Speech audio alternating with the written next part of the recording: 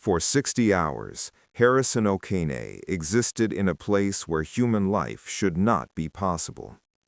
Trapped beneath the ocean in complete blackness, he had no way to signal for help, no way to know if anyone was even looking. The cold numbed his body. The silence pressed against his mind. He had already felt his crewmates' bodies drift past him in the water. Time collapsed into a single question, repeated with every breath he managed to steal from the shrinking air pocket. Not if he would die, but when. May 26, 2013 began like any other morning for Harrison Okene. The 29-year-old Nigerian cook boarded the Jascon 4, a Chevron oil company tugboat, before dawn. His shift started at 4:30 a.m. By 4:50, he was in the bathroom. 20 minutes that would determine whether he lived or died. The Jascon 4 was stationed roughly 20 miles off the coast of Nigeria, part of a fleet supporting oil operations in the Atlantic. 12 crew members were aboard. Most were asleep in their quarters below deck. The sea was calm that morning. There had been no storm warnings, no distress signals, no reason to expect anything but routine work. What happened next occurred without warning and without mercy. The tugboat capsized, not slowly, not with time to react or send mayday calls or reach for life vests. It simply rolled over and went down. Survivors of shipwrecks often describe the moment of sinking as chaos, screaming, scrambling bodies fighting toward light. Harrison heard none of that. He was in the bathroom when the world inverted. The vessel flipped so quickly that he was thrown against the wall, then submerged in rushing seawater before his mind could process what was happening. Metal groaned, water roared through corridors, the lights died instantly. In less than a minute, the Jascon 4 settled on the ocean floor, 100 feet below the surface. 11 men drowned in their sleep or in the violent confusion of the overturn. Harrison Okene, by an accident of physics and placement, found himself in a pocket of trapped air, roughly 4 feet high. The bathroom where he had been moments before had become a tomb, but not yet a grave. He was alive, barely. The space was small, perhaps the size of a closet. Cold seawater filled the lower half of the room, lapping at his chest when he crouched. Above him, trapped air pressed against the ceiling. It was the only reason he could still breathe, but it would not last forever. With every breath, he consumed oxygen. With every exhalation, he added carbon dioxide. The air was already growing stale. The cold was already seeping into his bones. Darkness swallowed everything. Not the darkness of a room with curtains drawn, but the absolute blackness of deep water where no light penetrates. He could not see his own hands. He could not see the walls. He existed in a void defined only by touch and sound. The slosh of water, the creak of metal settling, the thud of his own heartbeat, too loud in his ears. And then something else. A shape brushing past him in the water. Soft, yielding. He reached out instinctively and recoiled. It was a body. One of his crewmates, lifeless, suspended in the flooded corridor just beyond his air pocket. He did not know who it was. He could not see, but he knew. They were all dead, and soon he would be too. The question was no longer if the ocean would take him. It was how longer he had before the air ran out. Time stops meaning anything in total darkness. Minutes feel like hours. Hours collapse into a single, endless moment. Harrison had no watch, no phone, no way to measure how long he had been trapped. He tried to count his breaths at first, then lost track. He tried to stay calm, then felt panic rise like the water itself, threatening to drown him from the inside. The cold was relentless. Water temperature at that depth hovers around 60 degrees Fahrenheit, cold enough to induce hypothermia within hours. His body began to shut down, prioritizing vital organs over extremities. His fingers went numb, his legs cramped. Shivering became constant, involuntary, exhausting. He could not get warm, he could not get dry. He could only crouch in the small space, trying to keep his head above water, trying not to think about how little air remained. He prayed, not in desperation, but with the quiet focus of a man who had nothing else left. He spoke aloud, partly to God, partly to himself, partly to keep his mind from unraveling. Silence at that depth is not peaceful. It presses down with the weight of the ocean itself. The human brain, deprived of sensory input, begins to invent stimuli. Hallucinations creep in, sounds that are not there, shadows in the blackness. He fought against it by moving, shifting position, slapping the water, anything to remind himself he was still real. But the bodies kept drifting back. He felt them more than once, bumping softly against the submerged walls, carried by gentle currents within the wreck. His crewmates, men he had cooked for that very morning, now they floated past him, silent witnesses to his slow dying. He tried not to touch them again. He tried not to think about how soon he would join them. The air grew thin. Breathing became harder. Each inhalation felt shallow, incomplete, as if the oxygen had already been wrung out of the atmosphere. Carbon dioxide built up in the confined space, poisoning him slowly. Dizziness set in. His thoughts grew sluggish. He knew what was happening. He was suffocating, not dramatically, not with the violent struggle of drowning, but quietly, incrementally, breath by breath. He thought about his wife. They had been married less than a year. He thought about the child they had talked about having. He thought about all the ordinary things he would never do again. Taste sunlight, feel warmth, hear another human voice. He was 29 years old, and he was going to die in a steel box at the bottom of the ocean, alone in the dark, forgotten. Hours bled into more hours. He lost the ability to distinguish between waking and something like sleep, though true sleep never came.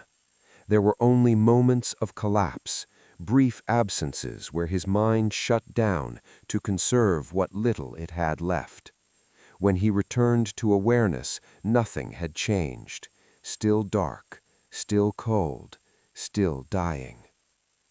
And then he heard it. Faint, metallic, rhythmic, tapping. Not the random creak of settling wreckage, but something deliberate, something made by human hands.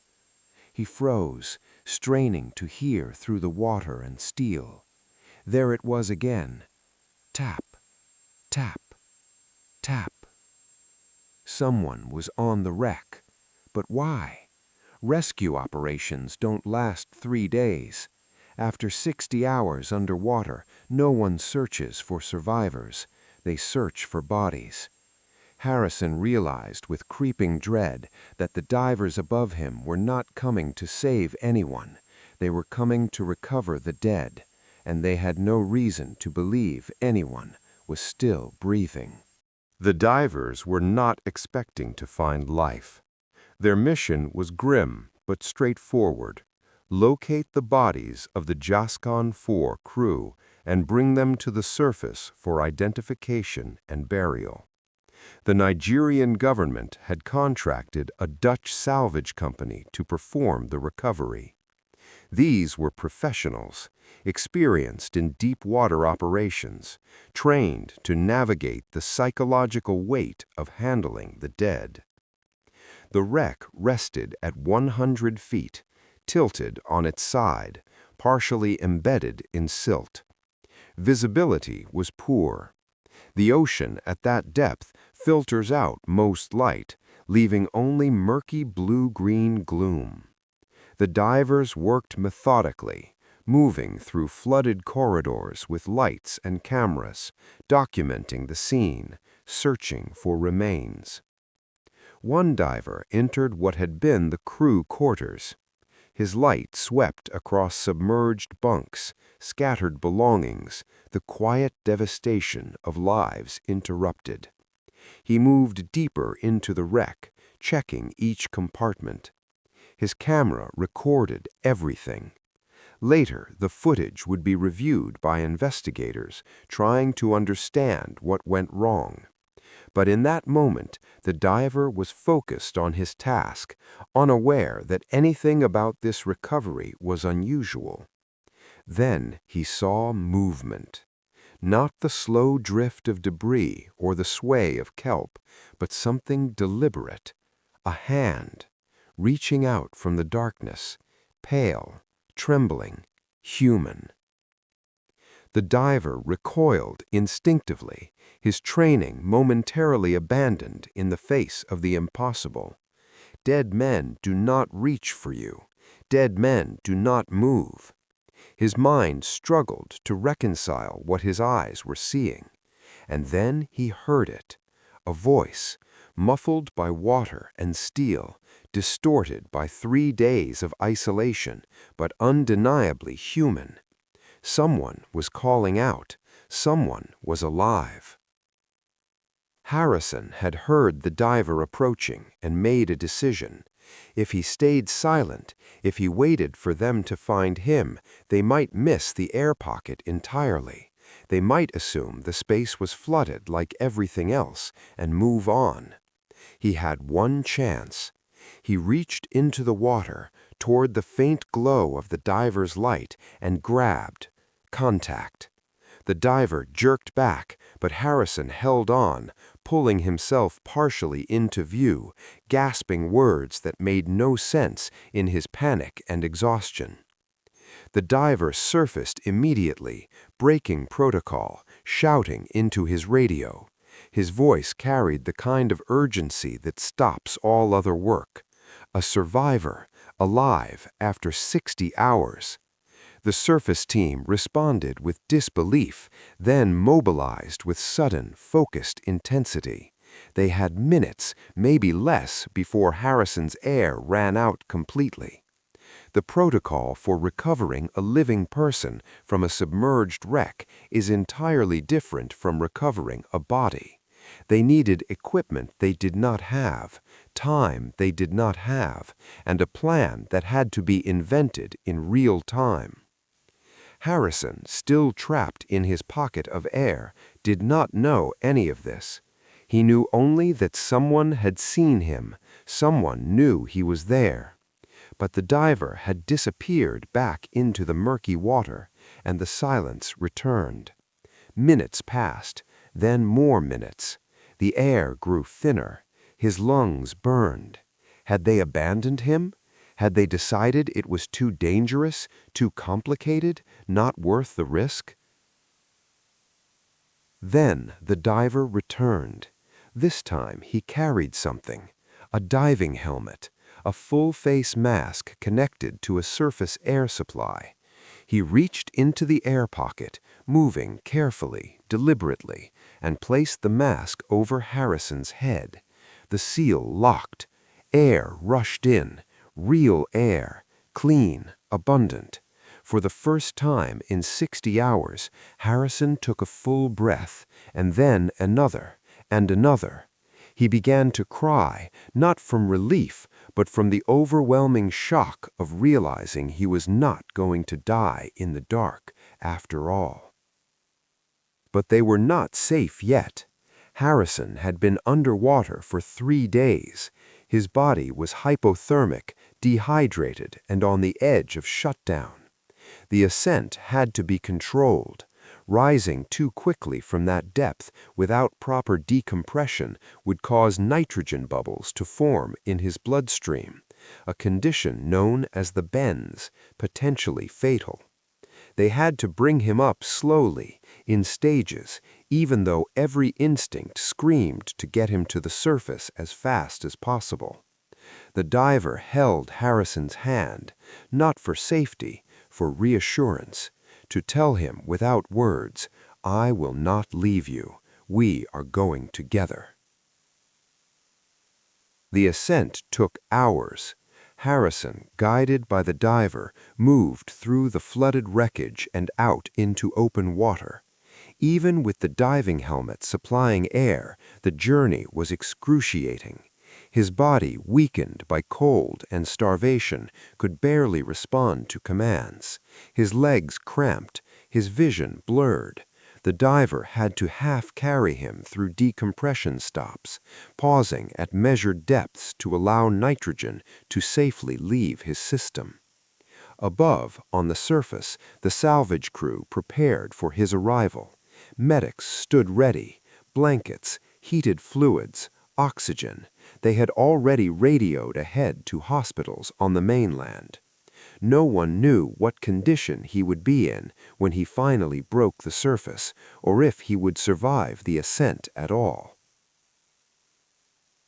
When Harrison's head finally emerged into daylight, he could not process what he was seeing.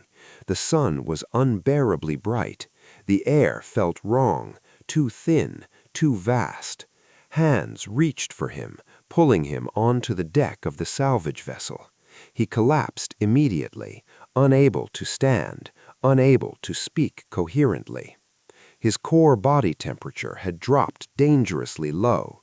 His skin was pale, wrinkled from prolonged water exposure. His eyes, adjusted to 3 days of total darkness, could barely open against the light. The medics worked quickly, stripping away his soaked clothing, wrapping him in thermal blankets, starting IV fluids. His vital signs were weak but stable. Against all probability, against every physiological expectation, Harrison Okene was alive. The crew stood in silence, watching, unable to fully comprehend what they had just witnessed. Men do not survive 60 hours at the bottom of the ocean. The physics do not allow it. The biology does not support it. And yet, here he was, breathing. Later, after he had been transferred to a hospital and his condition stabilized, the questions came. How did you survive? What did you think about? Were you ever unconscious? Harrison answered quietly, still processing the impossible fact of his own survival. He described the air pocket, the cold, the darkness, the bodies.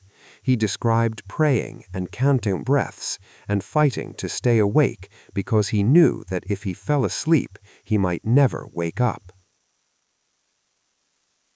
Scientists would later study the specifics of his survival. The air pocket had formed due to the angle at which the tugboat settled and the unique configuration of that particular bathroom.